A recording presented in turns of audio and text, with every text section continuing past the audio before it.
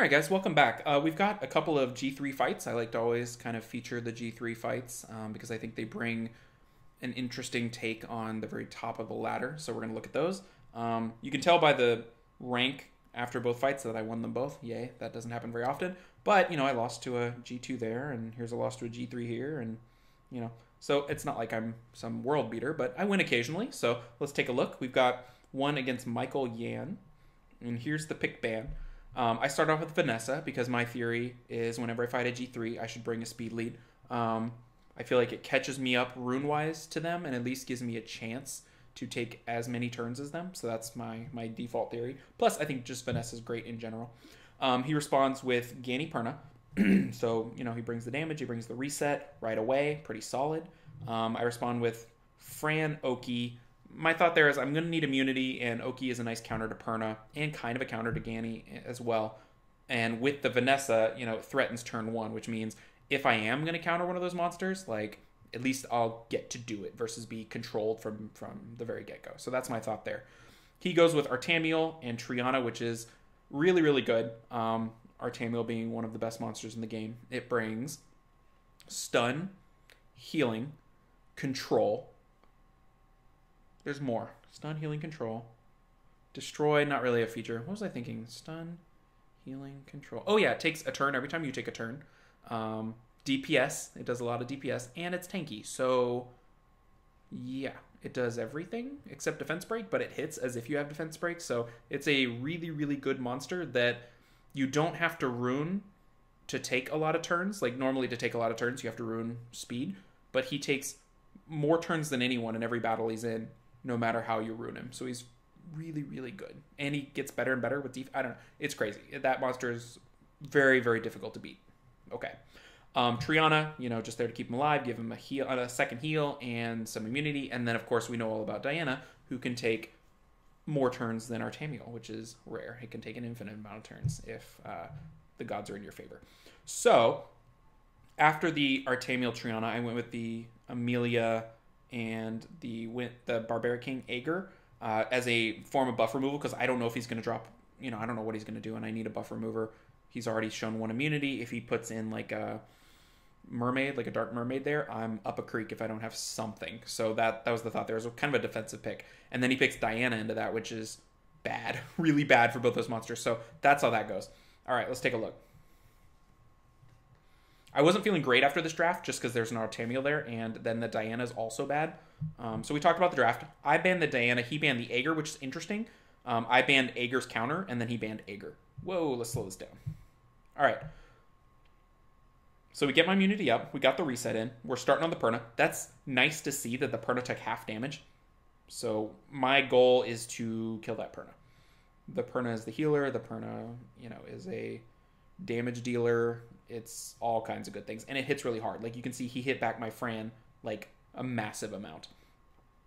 All right, so we turned into a pony just because I'm trying to get some heat off my Fran right now because I know I can't take 2 turns of Perna. One I can maybe take, but I need to get the heat off her. So I get the taunt.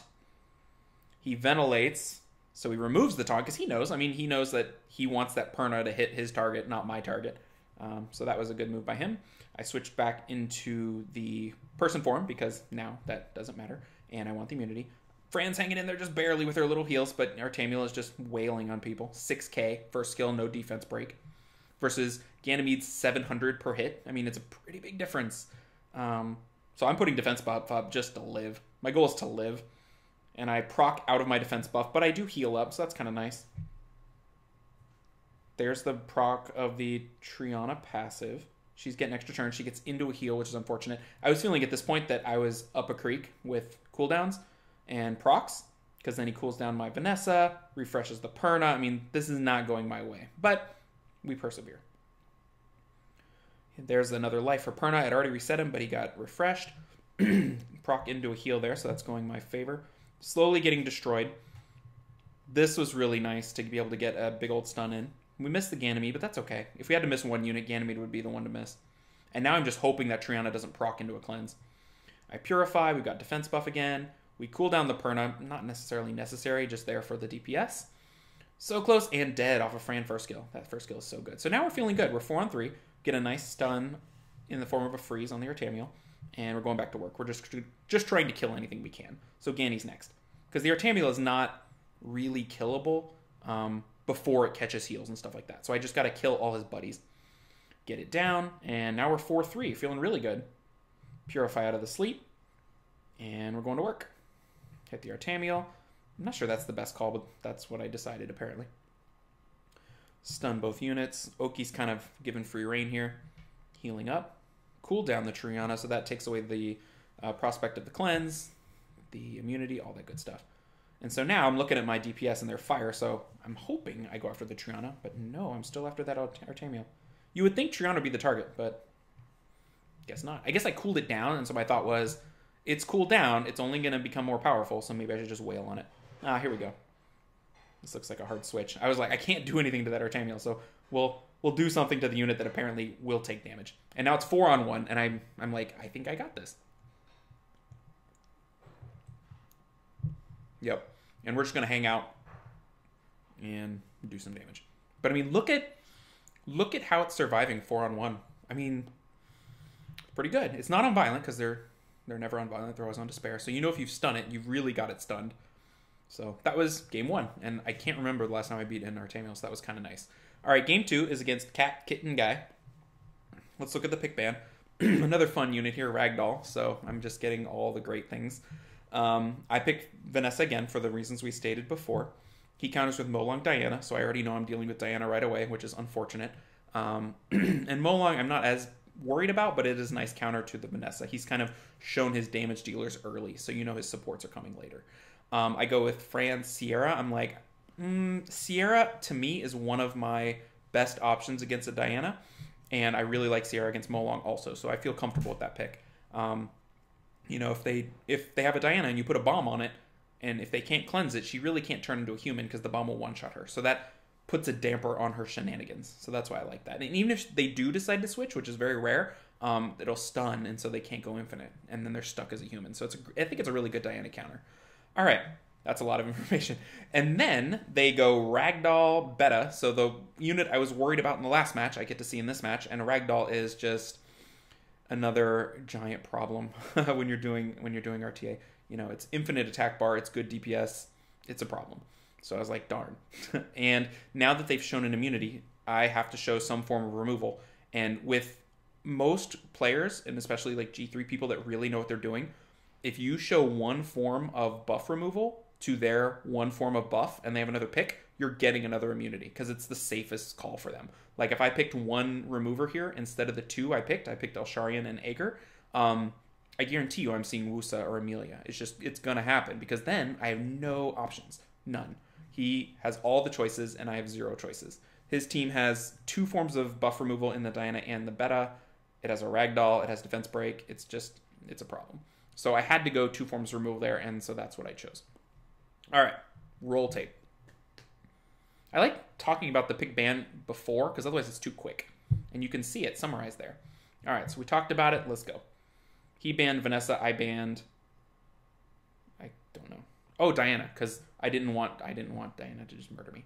And my theory here is I'm gonna go all in on Ragdoll, and we're just gonna hope for the best because I can't let that Ragdoll live. Like every turn that Ragdoll lives, I fall further behind in total attack bar gained. So I gotta go all in. I pulled the crit resist, which is good-ish, but you can see how much good it does. I would rather have pulled the immunity because then I have a bomb opportunity. My thought there was maybe I could pull 2 turns of immunity or the invincibility, but I don't. Sierra taking heavy damage and critting, which is unfortunate. I get a little lucky he doesn't taunt the Sierra, but I wouldn't say extraordinarily lucky. The stun was a better example of luck. All right, Sierra's already down, and looking at the bars, I'm like, this is not good. This is bad. But you keep playing, Like, I've had people say before, oh, you should just quit early. And I'm like, sometimes things turn around. And I'm willing to, play on and explore the possibility. If I lose, then there's no change. So what's happening here is Aegir's really good. Getting a defense break, and his turns cycle into each other. He's not on violent. That's a normal turn cycle for him. He's crazy fast. His third cycles into his second, which cycles into his first, and that all happens pretty quickly. So now we're 3-on-2, still behind, but, crazier things have happened. He's denying bar while taking bar. and we third into 2, and he's still at full bar. He's just really, really fast. So now I'm feeling really good. Ragdoll's back, which is unfortunate, and he has to go again right away. He gets a little bit of bar out of it, but I'm able to kill him. I used the third just because I want it on cooldown. That third on cooldown is giving Ager 35 extra speed, which puts him into the 280 range, and is giving him a 10% heal per turn. So I need that on cooldown for, no matter what. I have to always have it on cooldown. So that's the goal. Use it as soon as you have, no matter what, on any target. And I needed to kill Ragdoll there. So Ager's not looking super healthy, but he's not dead yet. Nice little proc there from Elsharian. Now we're 2-on-1. Don't you die on me. Yeah, you died. So now it's 1-on-1. Elsharian versus Beta. You don't see this a lot, but defense break goes a long way. I'm just hoping I can kill it before he revives something. And there's another proc, and we're done. So not a great win, but a win nonetheless. You know, you proc a couple times, you pick correctly, and you give yourself a chance to win. You're not always going to win, but all you can hope for is a chance, right? So that's what we did. All right, so that was back-to-back G3 matches, and, you know, I'm going to have to play a lot more. We're not even close to the end of the season. Win rate's down quite a bit compared to last season, but I'm playing more. I'm enjoying it. This is I'm enjoying this season quite a bit because it's very different for me, kind of having Mo Long on the bench. So hope that was helpful to y'all and you enjoyed the gameplay, and I will catch you in the next video. Take care, everybody.